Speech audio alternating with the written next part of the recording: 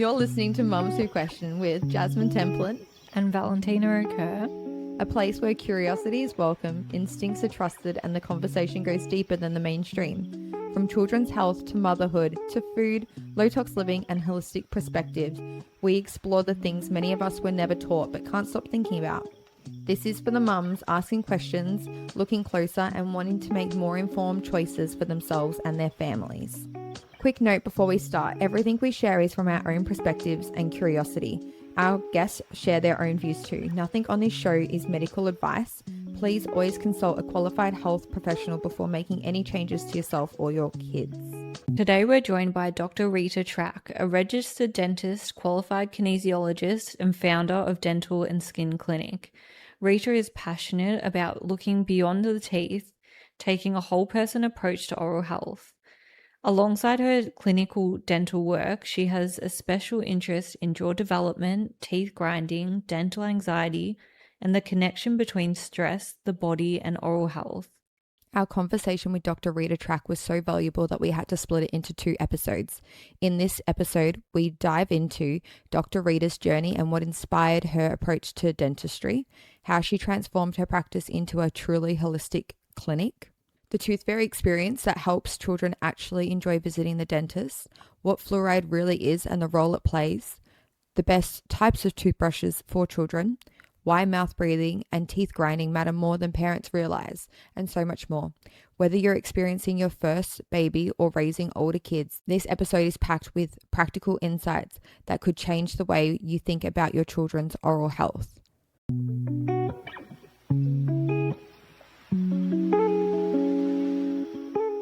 Welcome, Rita, to Mums Who Question. Thank you for being here with us today. Thank you for inviting me, and I absolutely love the title. Can I just say that? Thank you. There was a lot of discussions on the title. It took us a while. It did. It's on point. It's on point. So we just want to start with, can you tell us a little bit about your journey? What got you into more of the holistic view? Yeah. So get ready. So my background is cosmetic dentistry. So I've been practicing as a dentist for over 12 years now. And when I started my business 5.5 years ago, it was pretty much purely cosmetic. And then in April 2024, my beautiful dad unexpectedly crossed over, and it was a real shock. And he visited me in my dream after he passed, where he put a key in my heart. And when I woke up from that dream, ever since then, I've had the ability to see and hear spirit. And that completely changed my whole reality. And I could suddenly connect with the non-physical. And so it took me down this rabbit hole of research. I think to date I've read over 300 books on the topic of spirituality. Since then I've went and got my kinesiology qualification as well. But of course it naturally changed the way that I perceived dentistry moving forward. And so just like your title, Mums Who Question, I just started questioning everything. And I mean everything. Anyone who's had an ego death will understand what I'm saying. I've had multiple ego deaths. Wear them like a badge of honor now. At the time, they didn't feel so onerous, to be honest. And that's when I shifted and had a rebranding of the business, so it was more focused on low tox and holistic.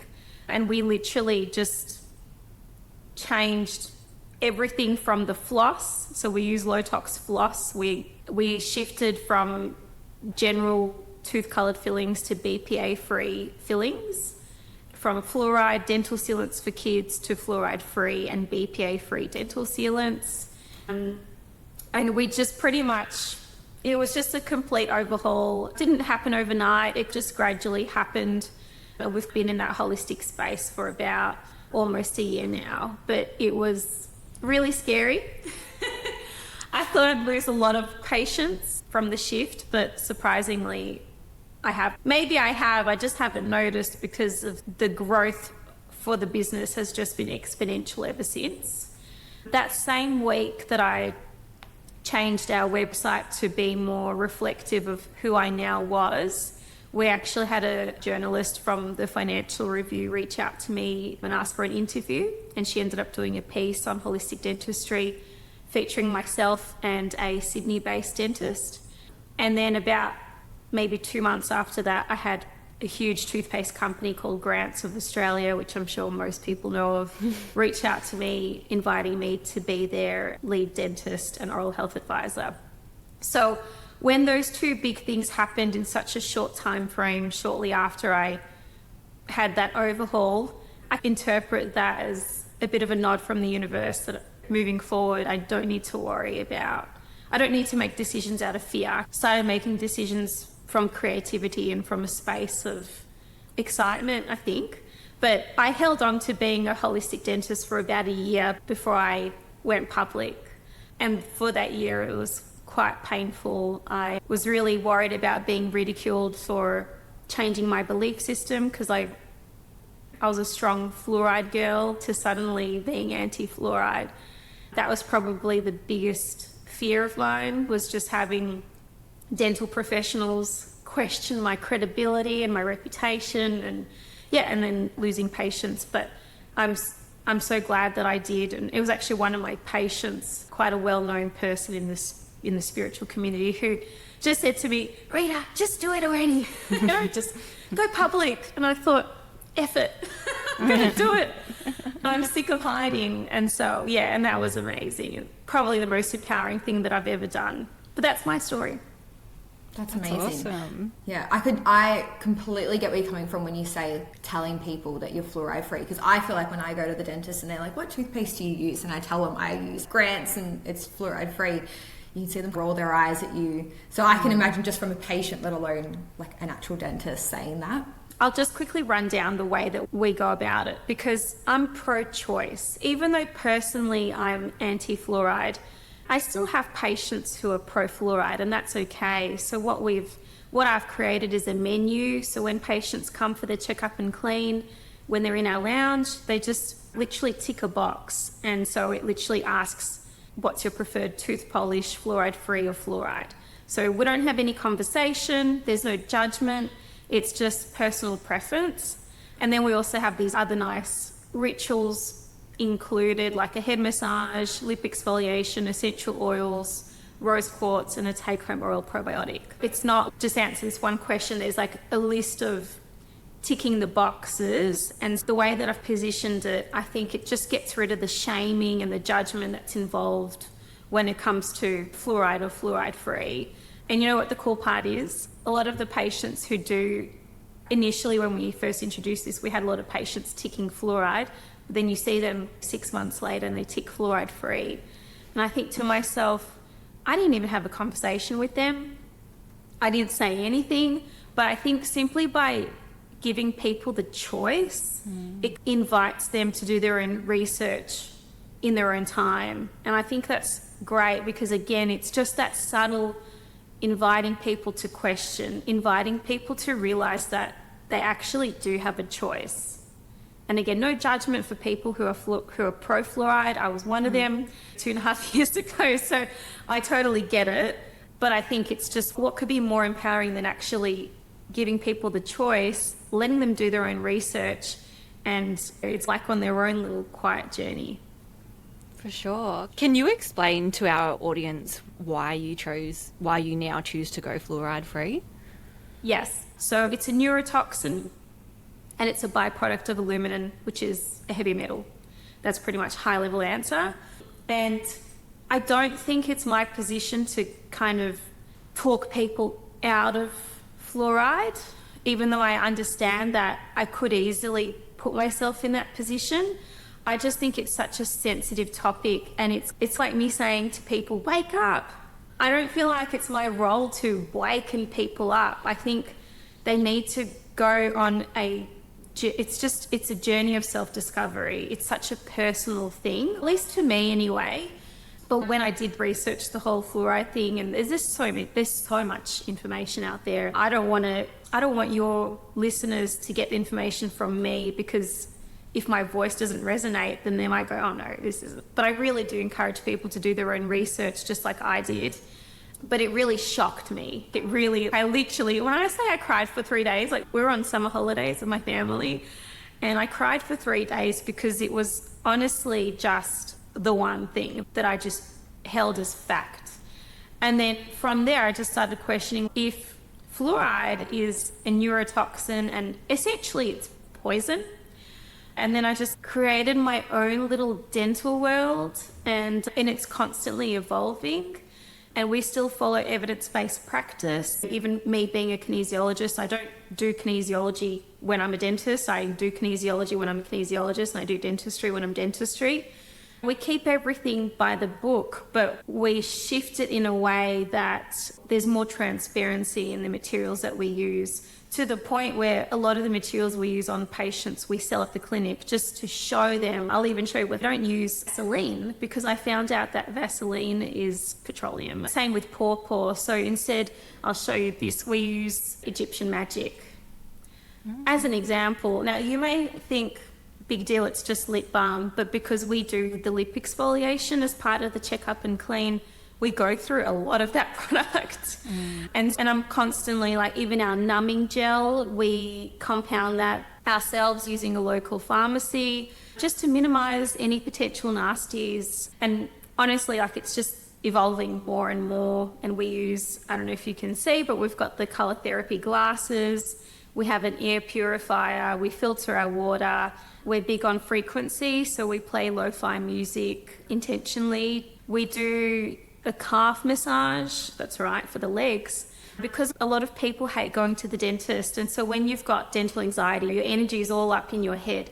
You're like a walking dismembered, like your head and your body are just disconnected when you've got that anxiety. And so we intentionally use a calf machine to massage patients' calves just to bring the energy down back into the body. I've also crystal gridded the dental chairs, and I've coated them so you can see little crystals there. Now, for what I'm saying, it's for entertainment purposes only, and that's the crystal gridded is for fun. It doesn't make the dental experience better. I just, my little disclaimer there. But it does make the whole space more intentional. It's really well thought out. I love all the little parts that you've done just to try and improve the experience, because people do get a lot of anxiety going to the dentist, so that's amazing. Yeah, like, we just really target the nervous system. Yeah. But I don't know how I got onto that, because you were asking me about my journey. But it all interplays, because when you start your podcast, you go, oh, cool, let's do the topics that we know of. But then you're going to realize there's so much more out there that you just haven't even realized. And then you go, and then you take away from this, from what this person said, then from that person, then you create your own little things. And that's why I think they call it a journey. It never ends. It's never going to end with me, that's for sure. Absolutely. And what would you say for children? How do you make the experience for a child different to going to, say, just your regular dentist? Introduce the tooth fairy experience. We did that about a year ago, and it's so beautiful. So I literally have my little fairy wings here. But we just dress up as the tooth fairy. So it's myself and the dental nurse, or if it's not me, it's our oral health therapist. But we put our little headband on and our wings, and honestly, any excuse to dress up as a fairy. But just to kind of change the perspective on the dental experience. And we also have little wings for the kids as well. They get to dress up as a little fairy as well while they're in the chair. And we do the ride in the chair, and that first experience when they're experiencing us, it's all about making it fun. So going for a ride in the chair, tickling their teeth, counting their teeth. And we give them like a little toy as well, like a weighted toy. So just little things like that help them feel more comfortable. And then at the end of each appointment, they get to choose from the treats trolley, which isn't food. It's just, there's a whole array of toys for them to choose from. And we just find literally that when the parents come back for their checkup and clean, they say, oh my gosh, a child wanted to come back the next day. So that doesn't surprise me, because we create our own little world of fantasy where the kids can just feel like it belongs to them, that it's not this uncomfortable, sterile environment. So And again, I'm sure that even the tooth fairy experience is going to continue evolving into something more. But that's just the start. And I feel like that's enough for kids to just go, yeah, I like it. Yeah, for sure. What age do you recommend children to start coming to the dentist? Do you know what? I feel like this question depends on what level of survival mode the parents are in, because kids, they can come probably from about the age of 2, I would say, if I'm purely judging it by age. But I know when both my kids were 2, I was still in survival mode, and the thought of going to the dentist at that age, especially if you've got multiple kids, it can get a bit overwhelming. My answer is just when mum or dad are ready to bring them in.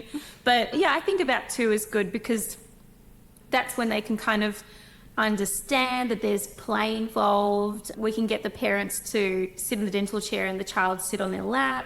If they do have siblings, then bring the siblings in, like the older ones, for their checkup and clean while the younger sibling can watch. But and it also just depends on the child as well. But if you think that your child isn't going to like going to the dentist, then probably earlier is better. I know most parents think, oh no, I don't want my child to traumatize the dentist or whatever. But I think it's just the opposite. If you think that your child would be difficult, it's just nice to do like a soft launch, so that they're familiar with the space. And we've never had a child who we couldn't clean their teeth. And I'm not saying that to brag, but it's just because of the process that we have, it just lends itself to being fun. Yeah, that's a great way to go about it, I think. It's very well thought out. I know my daughter will love it. Yeah, how old's your daughter? She's 2, almost 3. But as you just said, I have probably put it off because I'm concerned that she'll escalate in that environment.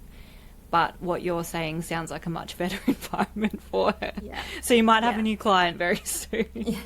Right. Before we get too far away from the original conversation, I just wanted to ask you what your thoughts were on hydroxyapatite. Is that how you say it? So I love hydroxyapatite. It's what our teeth are naturally made out of. So our enamel especially is made of these little blocks of hydroxyapatite, which are like little crystals.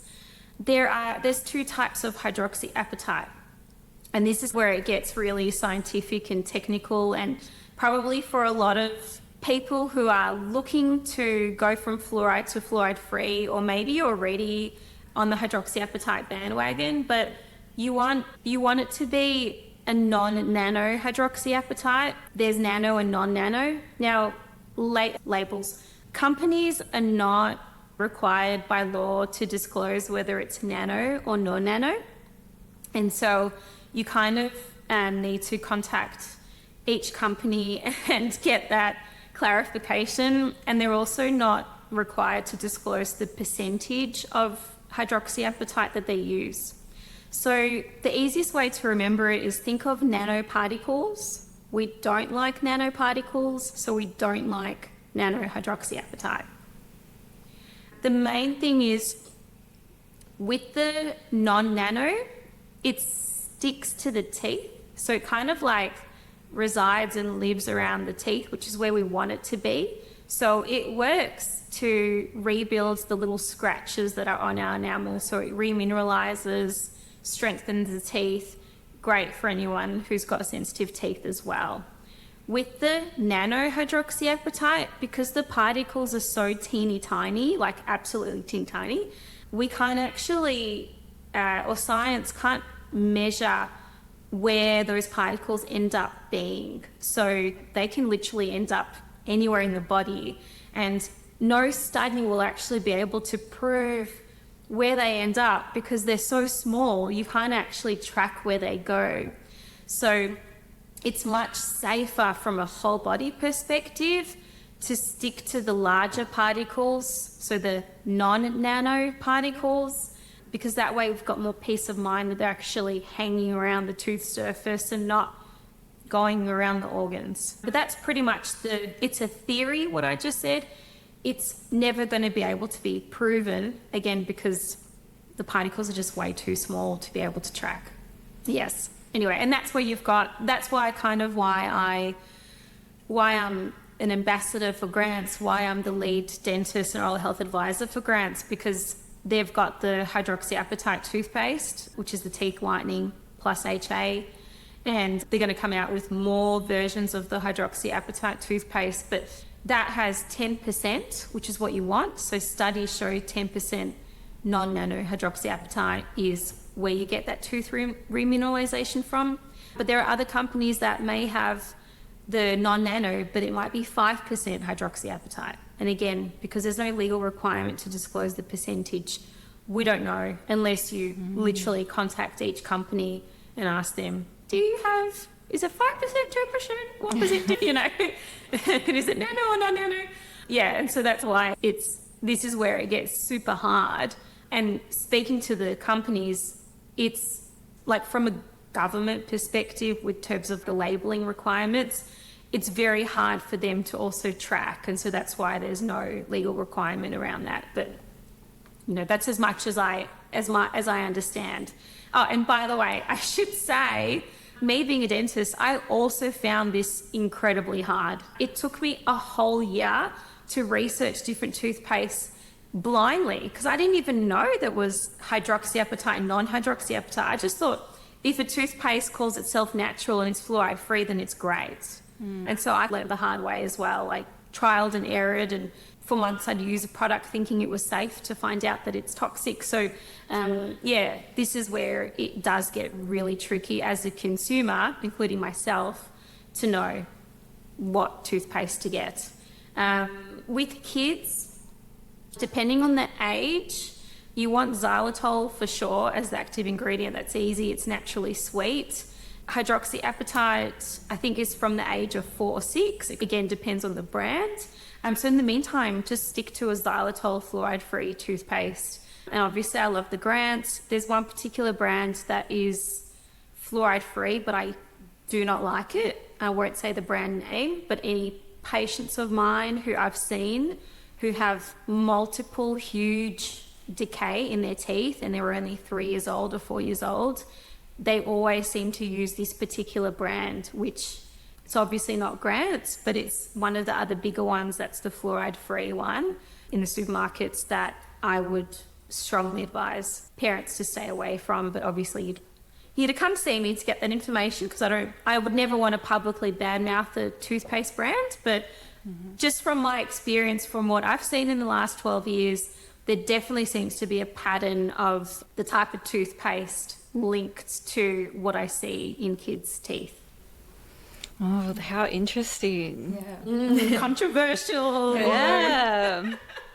And with kids' teeth, I guess we should go into toothbrushes that you'd recommend for little ones. Look, I love electric toothbrushes. My kids are on it. My son is 4, my daughter just turned 7. They've been on electric toothbrushes since about the age of 3. It just cleans the teeth so much better. Now, I know it's really hard with electric toothbrush because of the bristles. They're all plastic. There's no alternative out there that exists that is made of boar hair or whatever, which I'm like, great, maybe that's an invention for someone else. But it also helps with the dental experience because they're already familiar with the subtle vibrations from the electric toothbrush. And so that kind of jump from home care to like in-office care isn't so big. It makes my job easier as a dentist to clean their teeth without the concern about the little vibration. But the toothbrush, actually, if you're going to go manual, then look for a boar hair toothbrush. Because even if you get a bamboo manual toothbrush, the actual bristles are still plastic. So if you're going to go doing manual, then just know what to look for. What do you think about mouth breathing in young children? Yeah, I mean, I've got my own opinion that your child is a mouth breather, then I would definitely recommend that you bring them in for an assessment because there's so many ways that can be tackled. But high level, I'll say just please take it seriously, especially if you are also a mouth breather. Please don't think that it's too late. But also, I think having that addressed is really important for dental health, especially because it does affect the quality of the saliva and the health of the teeth. But also, you'd want to look at why. what's actually causing the mouth breathing. And a lot of the times that never gets addressed. What do you think about children grinding their teeth? Again, I'd be looking at why. I'm such a big why girl. I'm Scorpio star sign, Cancer moon, Cancer rising. So what that means is I'm always this little detective and I'm full of emotion. So with teeth grinding, there are so many reasons why a child would be grinding their teeth. Again, it's something I take seriously. It's something that does need to be addressed. I was a teeth grinder as a child and I completely get why. I was high anxiety to the max, and I know why I had that anxiety, but no one ever took it seriously. And I think even my dentist suggested that I wear a night guard, and I was like 8 years old, and I was never, I'm not going to wear a night guard at the age of 8 when I go to sleep. I was already a poor sleeper since I can remember. So I'd say, again, if you hear the sounds while your child's sleeping, then definitely bring them in to a holistic dentist for an assessment, because together you're going to work out what could the reasons be. I mentioned anxiety could be one of them, but there's a whole array of reasons, and it's not necessarily about treating the teeth grinding, as in you're not going to be giving a child a night guard. I don't think that's the proper way to manage it. I think it's going back a few steps and actually finding out what the root cause is, because then how you manage it would be different. It wouldn't be such a physical management. It could be an emotional or something else. And if it is a physical issue, then that needs to be managed accordingly. But it's not, when I say physical, I don't mean it in the way that I think most people would think. I'll leave it at that, because we could go down that rabbit hole, and I could talk for hours just on that topic alone. As you were touching on mouth guards, I was curious as to what your thoughts are, even with adults, because so many having dental work done now have a plastic mouth guard, and say, when you can potentially, I don't even know if it is always grinding, but you can sort of end up scratching them. And because they're plastic, is that problematic? Again, it comes down to material. So since we did the overhaul for us, we limit BPA, and it's not just BPA, there's a whole array of words that sound like BPA, PFTs, there's a whole thing. So I think it's just up to, look, I'll be honest, I think it's up to the patient to actually be more proactive in asking their dental practitioner, is this mouth guard BPA free, free, and really understand what you're putting into the mouth.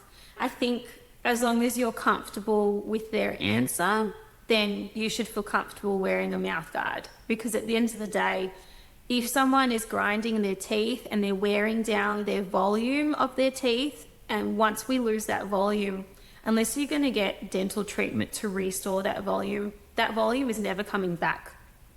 So when we kind of weigh the pros and the cons of treatment, are we better off grinding away plastic? We know what material that plastic is made of, or are we better to grind away and lose further volume to our teeth? And that's an answer that I can't answer. That's up to the person whose teeth belong to their body, and who, you know what I mean? It's just, I don't think it's so black and white. I think you've just got to be comfortable with the choices that you make, because you're the one who has to live with the choices, not the practitioner making the night guard, not your partner suffering, hearing you grinding in your sleep. But it's such a personal preference. And so, but again, I'd be kind of questioning why someone is grinding their teeth. Because even if someone's wearing a mouth guard, you're managing the symptoms, but you're not actually addressing the why. I'd say anyone who does wear a mouth guard for grinding, ask that dental practitioner for transparency with the materials used. And if you're interested in finding out why you're doing it, then find a practitioner who's willing to go on that journey with you and find out why. Absolutely. I have seen on your profile that you have posts about teeth linking to different organs. Is that correct? Could you tell us a little bit about that? I think that'd be really interesting to our audience. And I guess also with that in mind, how do you feel about things like root canals? So I just have to be careful with how I answer this, because as a kinesiologist, I got taught about meridians. As a dentist, I never got taught about meridians. And so I'll just briefly explain what meridians are. So they're energy rivers that run throughout our body. They're not something that can be seen. And when people, like, I know sometimes people cringe at the word energy, but if anyone's ever had acupuncture, if you've heard of acupuncture, that is literally based off meridians. So the practitioner puts the little needles, not based off your physical body, it's based off where your meridians run. So as a dentist, I don't think I'm allowed to actually talk about meridians. Other than I do believe that each tooth is linked to a pair of meridians. How does that affect my day-to-day practice as a dentist? It doesn't. I'm not allowed to. As a kinesiologist, however, I'm making links all the time. And I just find it very intriguing when with cavities, knowing that tooth is linked to this pair of meridians, and then I kind of like backtrack and create a little story in my mind about how that plays out physically. But unfortunately, as a kinesiologist, I can literally do a full session just based off that. But as a dentist, I just have to be really careful about making sure that evidence-based dentistry is not tied in with non-evidence, because meridians is not considered evidence-based in our society. And I have to be really respectful of that. But anecdotally, I can tell you this. How about we talk about the metaphysical, because that's, I think, kind of cool. I had a patient who survived, he was in the war, and he survived an explosion that almost killed him. He had an NDE, a near-death experience. And this was many years ago. When he came to see me at the clinic, his teeth were healthy. When I took x-rays, because he hadn't been to the dentist in over 10 years, I was shocked to see that one of his teeth, it literally looked like a bomb had exploded in that tooth. I looked back into the mouth, and there was this teeny, teeny, tiny hole near the gum line. It was so small. And I looked at the x-ray, and it literally looked like that small cavity blew up inside the tooth. Now, as a dentist, it made no sense. It actually physically made no sense how it could present this way. Anyway, and as I was driving home from work, I didn't have Spotify playing. I didn't have any podcasts playing. I was just quietly deep in my thought. And I thought to myself, I wonder if there's a link between this experience of the bomb exploding and this tooth that literally looks like a bomb had exploded. And before I could even finish the sentence of my own thought, my Spotify turned on by itself. Now, if anyone knows Pim Pim stories, my kids love them. It started playing, and this is what I heard. An explosion! And it scared me. And it played so loud. And I literally said out loud, wow. So I do believe there's a whole metaphysical story playing out with our teeth. I do believe that each tooth has its own consciousness. I believe that our teeth can hold information, and that they're like little time capsules. So when we experience some sort of trauma, whether it's physical or emotional, we will see it play out years later in our teeth, whether it's in the form of breaking teeth or teeth cavities. Now, a few weeks later, when I saw this patient come back and I told him what happened, he thought about it and he said, that back molar, the very back molar, is the tooth that was closest to the bomb. And wow. And obviously I didn't know that. But even other examples, like I had a patient who broke her front tooth the day before her wedding. And years later, she came to see me, and I just asked her, how did your marriage play out? And she said, oh, it was horrible. Oh, no. We ended up divorcing. And then I had another patient, she broke her front tooth the day before school started. And they came to see me years later, but I asked them, how was her school? And she said, oh, it was horrible. It was the worst year of their life. They changed schools. Now, when I chipped my front tooth, it was my front right tooth, and that was 2 weeks before my dad died. And part of my research and part of studying kinesiology, we learned that the right side of our body is our masculine. It relates to doing, and the left side of our body is our feminine. It relates to allowing things in. And so I thought it was interesting how it was the front right tooth. So I do see these patterns playing out where you just think, oh, I don't believe in coincidence. I believe everything happens for a reason. I believe everything is energy. And when I see these metaphysical stories playing out in people's teeth, I go, yep.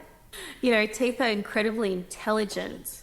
They're not just like a piece of bone. They're not static. They've got, every single tooth has its own blood supply, lymph supply, and nervous system. So anyone who looks at their teeth with disgust, or they think that they're the victim of their dental issues, I encourage you to look at your teeth with compassion and go, oh, maybe there's a story playing out. Maybe your lived experiences, your trauma is physically manifesting in tooth issues. It's kind of like they're showing empathy towards the emotional stress that you've gone through. And I think as soon as people kind of change that perspective, then you have a different relationship with your teeth. They kind of feel more like your best friend now. They're not working against you. They're living it with you. Hopefully I've answered that. I know that was a tangent, but hopefully that kind of makes sense as to how my brain works. I know, I love that. So we're going to leave episode 1 there. A huge thank you to Dr. Rita Trak for sharing her time, wisdom, and passion with us. Join us next week for part 2 of our conversation, where we dive into mercury fillings, braces, and the simple things every parent should start doing today to help support their children's dental health. Thank you for listening, and we'll see you in the next episode.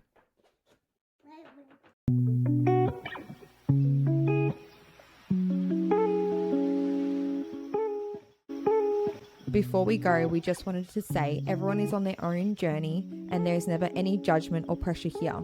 Whoever you are or wherever you're at, this space is simply about starting conversations, sharing perspectives, and making information more accessible to those people who are looking for it.